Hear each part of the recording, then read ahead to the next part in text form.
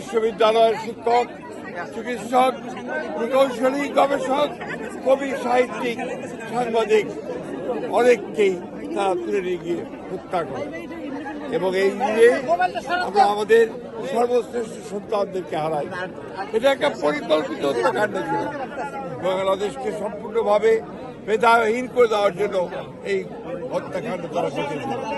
আজকে আমাদের এই দিনে বারবার আমরা সেই কথা মনে করি এবং আমাদের স্বাধীনতার চেতনা, সেই চেতনাকে আমরা সামনের দিকে এগিয়ে নিয়ে আসি। একইভাবে দুর্ভাগ্যক্রমে আমরা সবাই জানি যে 2024-এও একইভাবে আমাদের সন্তানদেরকে হত্যা করা হয়েছে, করোনা হত্যা করা হয়েছে।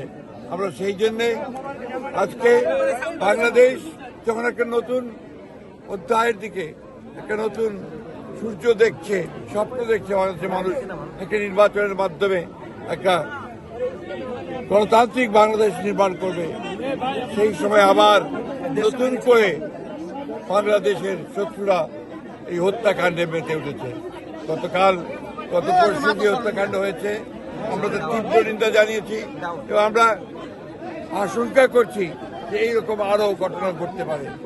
আমরা বাংলাদেশ জাতীয় দলের পক্ষ থেকে আমাদের নেত্রী, যিনি অত্যন্ত অসুস্থ, আমাদের দেশনেত্রী বেগম খালেদা জিয়া, তার পক্ষ থেকে আমাদের নেতা যারা তারেক রহমান, ভারপ্রাপ্ত চেয়ারম্যান তারেক রহমানের পক্ষ থেকে আজকে আমরা এই শহীদ বুদ্ধিজীবী স্মৃতিসৌধে এসেছিলাম।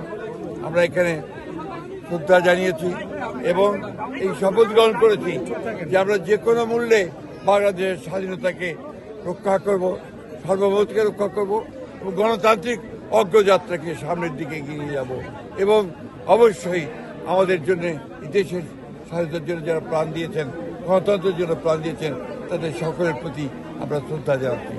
আমাদের নেতা, আমাদের প্রতিষ্ঠাতা, বাংলাদেশ স্বাধীনতার ঘোষক শহীদ প্রেসিডেন্ট জিয়াউর রহমান এই বাংলাদেশের যে আমূল পরিবর্তন নিয়ে এসেছেন তার প্রতি আমরা গভীর শ্রদ্ধা জানাচ্ছি। ছোট একটা প্রশ্ন স্যার, সেটা হচ্ছে স্যার যে